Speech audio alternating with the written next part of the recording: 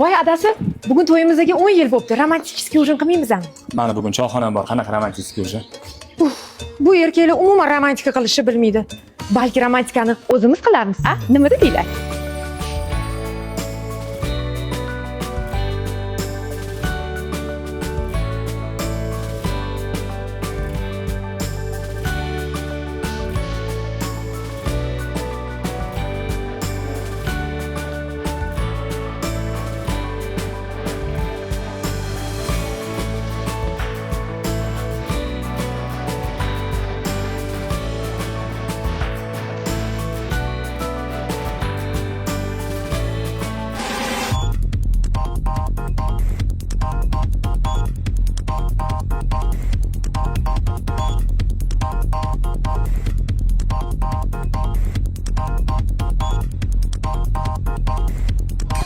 Bo'ldimi? Trending tugadimi?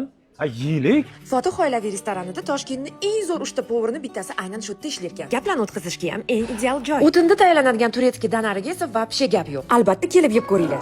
Qalay adasi, ovqatning mazalari yoqdimi?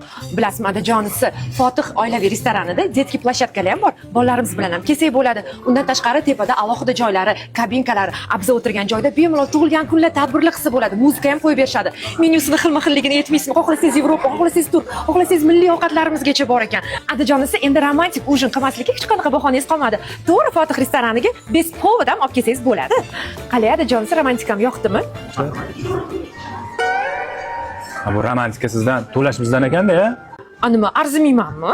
Onasi, sen ko'p narsaga arzisan. Senga bitta trend ko'rsataymi? Qara. Voy, adasi qayerga yo'qolasiz? Adasi, shu kim yopadi? Bu kadar mı?